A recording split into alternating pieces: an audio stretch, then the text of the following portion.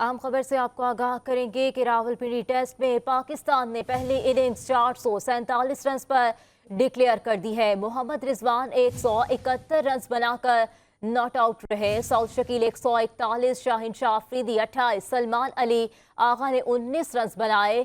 शरीफुल सलाम और हसन महमूद ने दो दो विकेटें हासिल की हैं। आपको अपडेट कर रहे हैं कि पिंडी टेस्ट के दूसरे दिन पाकिस्तान ने 6 विकेटों के नुकसान पर 448 रन बनाकर इनिंग्स डिक्लेयर कर दी है। मोहम्मद रिजवान 171 रन बनाकर नाकाबिल शिकस्त रहे। सऊद शकील ने 141 रन बनाए, सलमान आगा ने 19 और शाहीन शाह अफरीदी ने 29 रन की इनिंग्स खेली है। रावलपिंडी टेस्ट में पाकिस्तान ने पहली इनिंग्स 447 रन पर डिक्लेयर कर दी है। मोहम्मद रिजवान 171 रन बनाकर नॉट आउट रहे। सऊद शकील 141, शाहीन शाह अफरीदी 28, जबकि सलमान अली आगा ने 19 रन बनाए हैं।